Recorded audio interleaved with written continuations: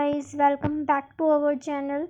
अब हम चैप्टर 4 करेंगे, दैट इज़ अंडरस्टैंडिंग लॉज कि कानून क्या होते हैं, उनको समझने की कोशिश करेंगे।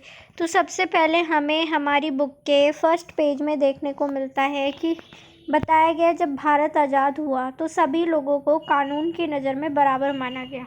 ठीक है, all people in India are equal before law.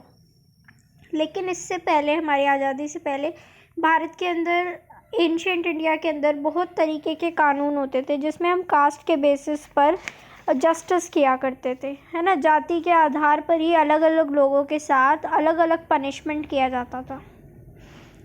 लेकिन जब ब्रिटिश गवर्नमेंट आई तो उस टाइम पर लॉ का एक प्रोसीजर इस्टेब्लिश हो गया और जो कास्ट के आधार पे पनिशमेंट देने के तरीके थे वो ख़त्म हो गए। फिर आता है हमारी बुक के पेज पर, सेकंड पेज पर, सेडिशन एक्ट, जिसे बोलते हैं राजद्रोह कानून इन 1870s। ब्रिटिश रूल के ख़िलाफ़ था। इसमें बताया गया था अगर कोई भी पर्सन ब्रिटिश गवर्नमेंट के ख़िलाफ़ बात करेगा, उनको क्रिटिसाइज़ करेगा, उनके अगेंस्ट जाएगा तो उस पर मुकदमा चलेगा, वो भी बिना किसी मुकदमा चलाए बिना ही उसको गिरफ्तार कर दिया जाएगा। प्रोटेस्टिंग और criticising the British government could be arrested without due trial, है ना, बिना किसी मुकदमे के सीधा जेल में डाल दिया जाएगा।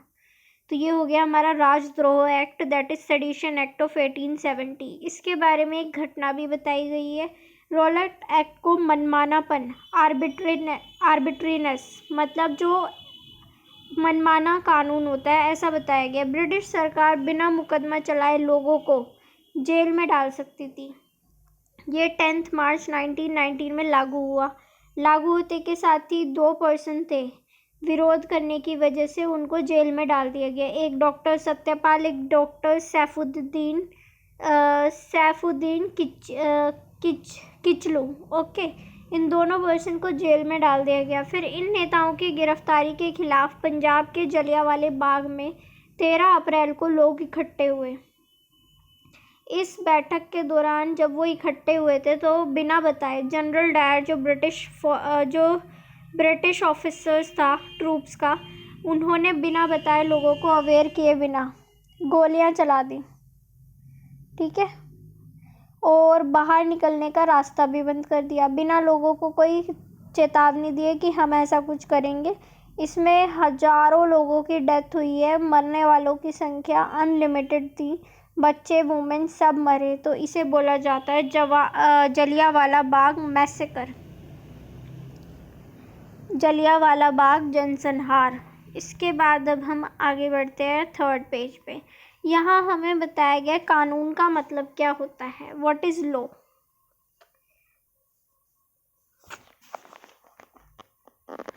कानून का मतलब ऐसे लॉ नहीं है जिनको फॉलो करने के लिए हमें मजबूर किया जाए, है ना। कानून का मतलब होता है जस्टिस दिलाना, ना कि हमें मजबूर किया जाए उनको फॉलो करने के लिए।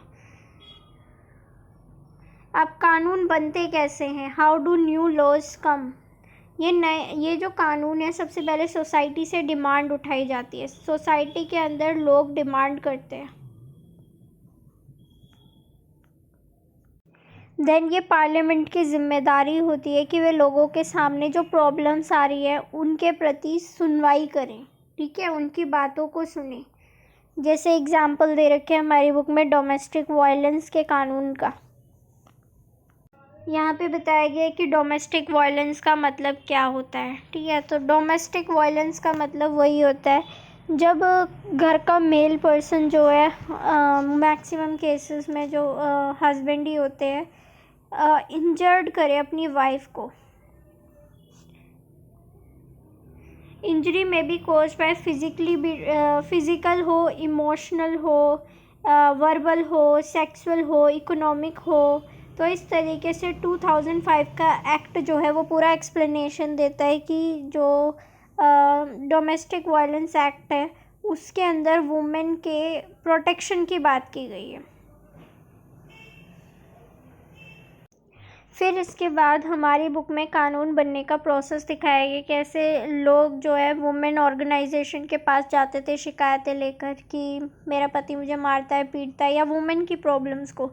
फिर ये पब्लिक हियरिंग हो गई, महिलाएं इकट्ठी होती है और इसकी मांग उठाती है सरकार से मीडिया के थ्रू मेनली। फिर इन मीडिया, न्यूज़पेपर, आर्टिकल्स पब्लिश करना, इन सब से वॉइसेस उठी। फिर जो बुक में हमारी बता रखा है कि एक ऑर्गेनाइजेशन लॉयर्स का मिलकर, लॉ के स्टूडेंट्स ने, एक्टिविस्ट ने, सब ने मिलकर एक ड्राफ्ट बनाने का काम करा डोमेस्टिक वायलेंस बिल पे, और उसे जनता के बीच, सभी लोगों के बीच फैलाया गया। फिर उस बिल को आगे बढ़ाया गया।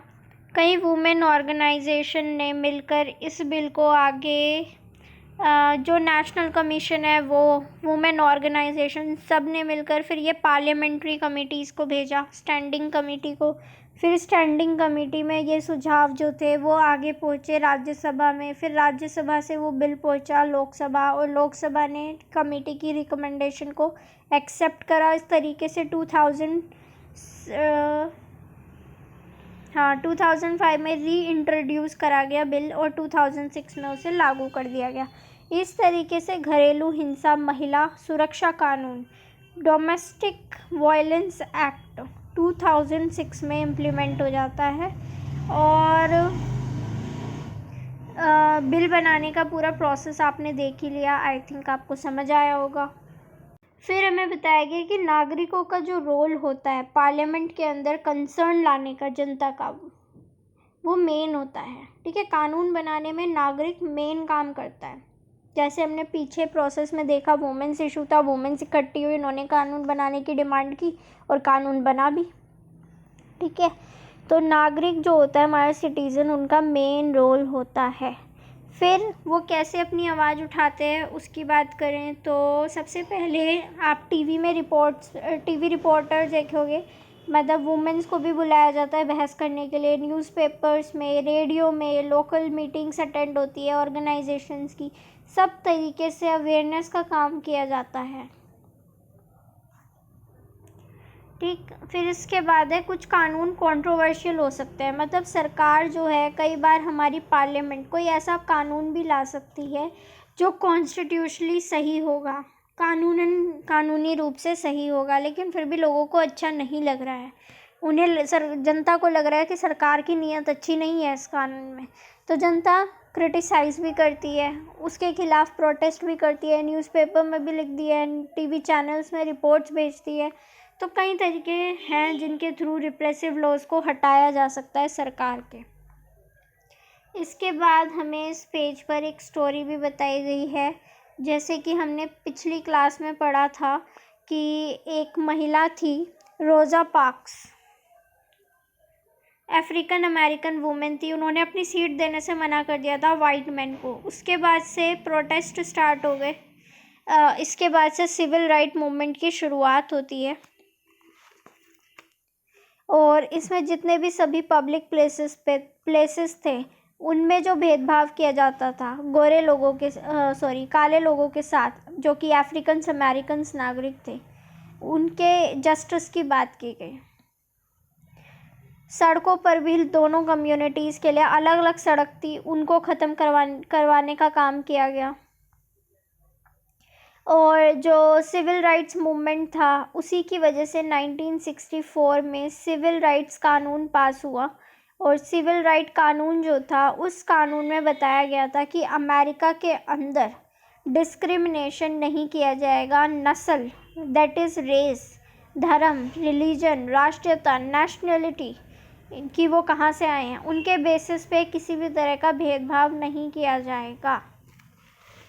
ठीक है, इसके बाद नेक्स्ट पेज देखेंगे। अब हम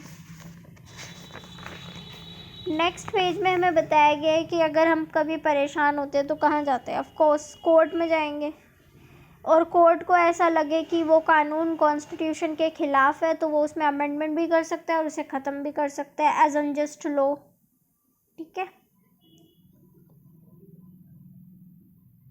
यहाँ पे नागरिकों का प्रोटेस्ट दिखाया गया है।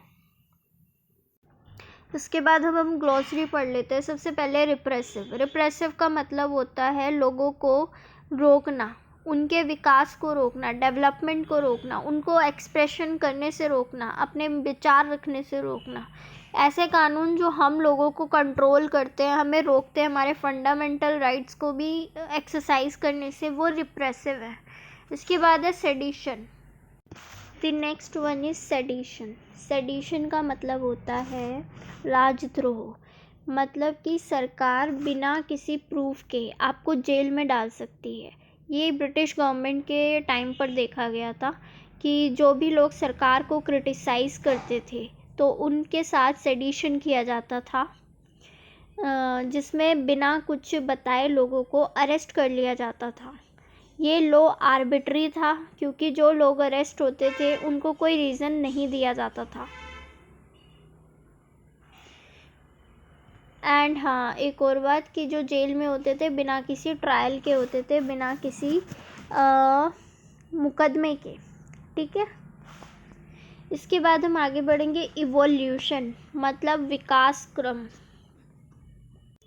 इसके बाद जो ये विकास क्रम है, इवोल्यूशन है, इसमें बताया गया है कि इवोल्यूशन का मतलब होता है डेवलपमेंट का प्रोसेस जो सिंपल से कॉम्प्लेक्स की तरफ जाता है।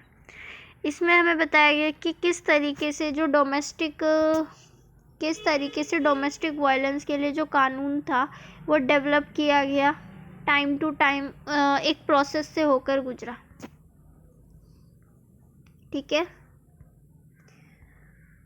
फिर आता है क्रिटिसाइज।